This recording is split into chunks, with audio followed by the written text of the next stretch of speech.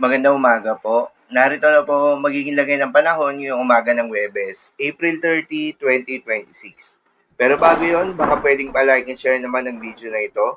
Comment ka na rin kung taga saang lugar ka para malaman natin kung hanggang saan umabot ang video na ito. Huwag mo din kalimutan na mag-follow at mag-subscribe sa ating Facebook page at YouTube channel. Sa kasalukuyan na tayo sa pag-asa, easterlies o yung mainit na hangin na nanggagaling sa may karagatang Pasipiko, ang dominanting weather system na nakakaapekto sa buong bahagi ng ating bansa. Dahil dito ay asahan yung generally fair weather condition, mainit at malinsangan na panahon sa umaga hanggang sa tanghali. Subalit pagsapit ng hapon o gabi, ay asahan naman yung mataas na tsansa ng mga pag-ulan o thunderstorms. Magandang balita naman dahil ayon sa pag-asa ay wala pa rin tayong binabantayan na low pressure area o bagyo sa loob o malapit sa Philippine Area of Responsibility na maring makaapekto sa ating bansa. At posibleng storm-free tayo hanggang sa matapos ang buwan na ito at sa unang linggo ng buwan ng Mayo. Para naman sa heat index forecast, narito yung mga lugar na posibleng makaranas ng matinding init ngayong araw.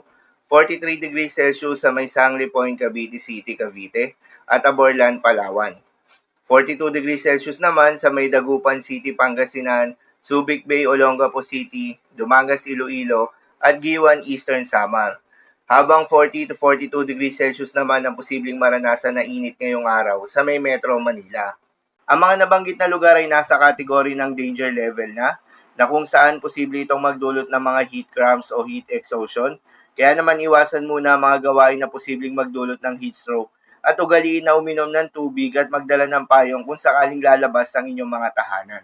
Para naman sa magiging lagay ng panahon ngayong araw ng Huwebes, dahil nga sa epekto nitong easterlies, asahan sa may Eastern Samar, Southern Leyte, Dinagat Island, Surigao del Norte, Surigao del Sur at Davao Oriental, ang maulap na kalangitan na may kalat-kalat ng mga pag-ulan at thunderstorms. Posible ang mga pagbaha o pag-uho ng lupa due to moderate to at times heavy rains.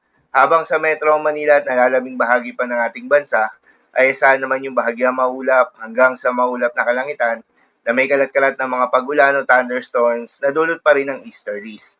Posible rin na mga pagbaha o pag-uho ng lupa during severe thunderstorms.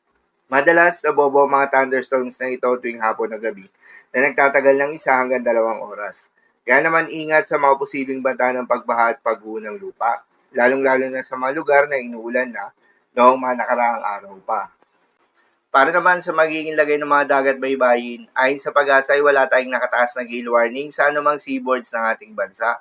Kaya naman malayang makakapamalaot yung mga kababayan nating mangingisda at yung may mamaliliit na sasakyan pandagat, subalit iba yung pag-iingat pa rin, lalo na kung meron tayong offshore thunderstorms activity.